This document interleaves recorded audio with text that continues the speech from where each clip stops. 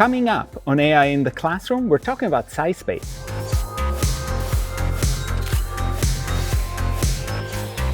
Hi, my name is Guy Trainin, and I'm a professor at the University of Nebraska-Lincoln, and this is AI in the Classroom. And today I want to talk about Scispace. Scispace is a platform to do search for literature, academic literature, and I have been looking at a lot of these different AI-driven searches, and I haven't loved any of them. I usually revert back to using deep research that I talked about in the previous episodes on the main generative AI, like OpenAI or Claude from Anthropic, or whichever one I'm using, I am using as the primary research function. But here, Scispace came up with this product, and I do love this product, and it's doing things that I've never seen done. So I'm excited. They are not paying me. Maybe if they want to, I will talk to them. But right now, they're not paying me in any way, shape, or form, and I'm happy to talk about the product. So I did a basic search, and that is, how does theater education support literacy development? And the first thing that they give you is the answer from top 5 papers. So they have captured the top 5 papers, and they are talking about the major findings. And just like the other deep research agents, it is actually leading you to the paper. So I can press on that link, and it takes me to a shorter description.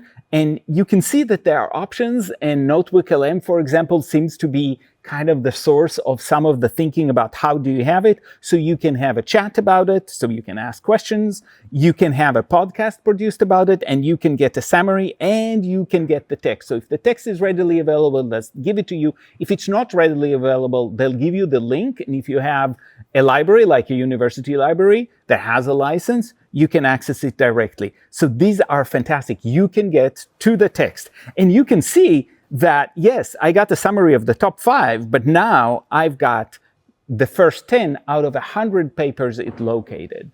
So you are actually getting a reasonable search of what the field has to offer. And the way it works is it identifies the key papers, and then it does what we teach all of our graduate students to do, and that is to go backwards and forwards. That is, you go backwards, you go to these key papers, and you try to identify what have they cited from the past that they based their work on, and then they go forward, and that is who cited these main papers and what kind of information they add. So they have the regular search, but they also do that search that is based on a core set of papers, and I love this approach. And it can actually provide, right, answers, and you can see that here. So I can load more papers and get more. Let me show you what it looks like when I click on one of them.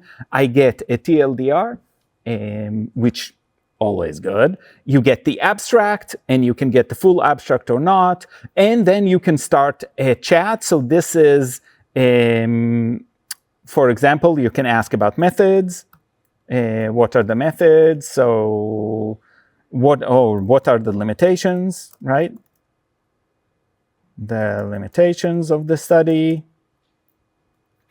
and right, and it scans the literature, and then it answers. So for example, here it's the scope of implementation, which is obvious, and some things that are maybe a little bit less obvious. So I love the fact that it focuses on teacher perceptions and student engagement, and not necessarily achievement.